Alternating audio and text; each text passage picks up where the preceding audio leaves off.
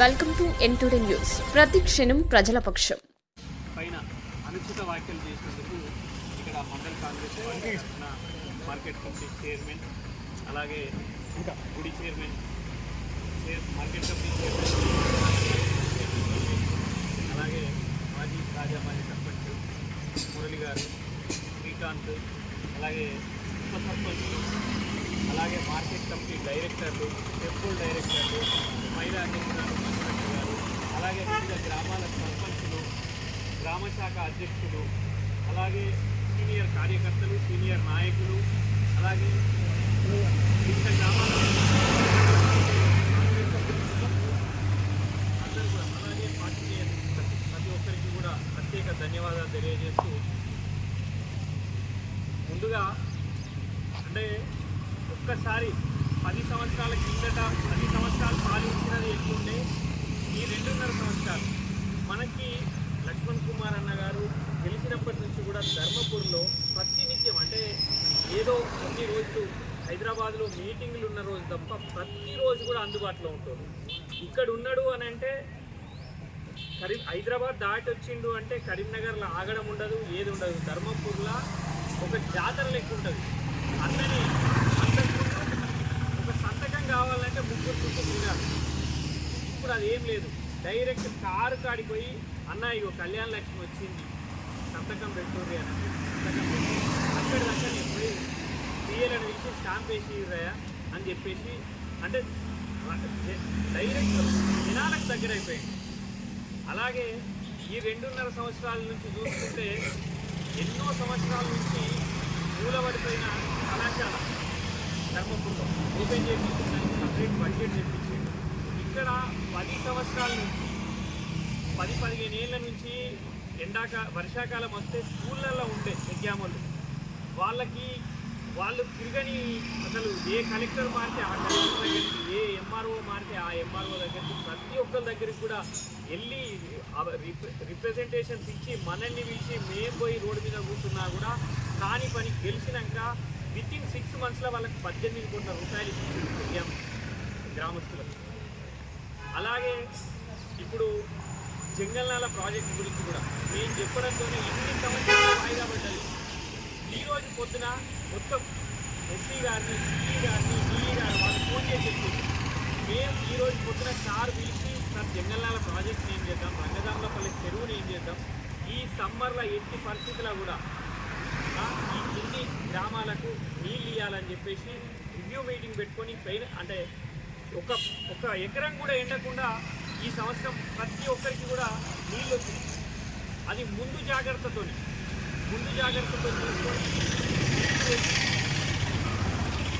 అంటే మన నియోజకవర్గంలో ఉన్న రైతులకు కానీ ఎవరికైనా అందుబాటులో ఉంటుంది. ఇంకొకటి అంటే ఇన్ని సంవత్సరాల తర్వాత గెలిచి ఏం చేసినామంటే ఓడిపోవడం సహజం. మీరు కూడా తెలుగుదేశం టికెట్ ఇచ్చినప్పుడు ఇండిపెండెంట్ చేతిలో ఓడిపోయింది, అవునా? అలాగే కాంగ్రెస్ పార్టీ అలయన్స్లో మీరు ఫస్ట్ టైం గెలిచారు. కాంగ్రెస్ పార్టీ కూడా దానికి సహాయం చేసినట్టే కాంగ్రెస్ పార్టీ అలయన్స్లో మీరు గెలిచారు. ఇంకొక విషయం ఏంటంటే ఊర్లలో పారదర్శకంగా ఇందిరమ్మ ఇండ్లు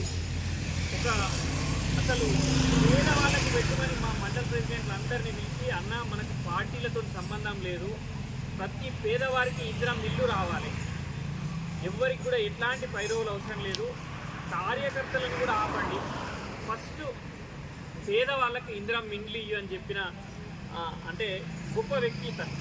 ఎవ్వరు కూడా అట్లా చెప్పారు అన్న మన కార్యకర్తలకు ఫస్ట్ ఇయ్యూరు అని చెప్పుకునే రోజులు ఉండే. అట్లాంటిది మా అందరినీ కూర్చుండబెట్టి అన్న కార్యకర్తలకు కూడా ఇద్దాము, కాకపోతే ఫస్ట్ మాత్రం ఊర్లో నిరుపేదలను గుర్తించి వాళ్ళకి ఇందిరమ్మ ఇండ్లు ఇవ్వమని చెప్పి. రేషన్ కార్డు ఒక పోయిన టర్మ్లా రేషన్ కార్డులు ఊర్లల్లో తీసుకొచ్చి మేము మండల ఆఫీసులలో కుప్పలు పెట్టినాం. ఒక్క రేషన్ కార్డు ఇచ్చిన పాత గవర్నమెంట్ రేషన్ కార్డు ఈరోజు పోయి అప్లై చేసుకుంటే వారం రోజులలో రేషన్ కార్డు ఇంటికి వచ్చింది. ఈ 6 గ్యారెంటీలు అంటారు. 6 గ్యారెంటీలు 4 గ్యారెంటీలు ఆల్రెడీ అయిపోయినాయి. తప్పనిసరిగా ఆ 2 గ్యారెంటీలు కూడా ముఖ్యమంత్రి గారు లక్ష్మణ్ కుమార్ అన్న చొరవతోని తప్పనిసరి ఆ 2 గ్యారెంటీలు కూడా ప్రతి ఒక్కరికి వర్తించేటట్టు చూసుకుంటారు. ప్రతి ఒక్కరికి ఆ 2 గ్యారెంటీలు ఇస్తేనే ప్రతి మీటింగ్లో చెప్తున్నారు మంత్రి గారు లక్ష్మణ్ కుమార్ గారు, ఆ 2 గ్యారెంటీలు ఇస్తేనే నేను నెక్స్ట్ టైం ఎలక్షన్లల్లో ఓటు అడగడానికి మీ దగ్గరికి వస్తాను. మేము ఆల్రెడీ 4 గ్యారెంటీలు ఇస్తున్నాం. 4 గ్యారెంటీలు అంటే 500 రూపాయలు సిలిండర్కు రిటర్న్ వస్తున్నాయి. అలాగే కరెంటు బిల్లే చూసుకోండి, 200 యూనిట్ల వరకు సామాన్యునికి డైరెక్ట్గా 0 బిల్లు వచ్చి సామాన్యునికి అంటే ఒక భారం తగ్గిపోతుంది.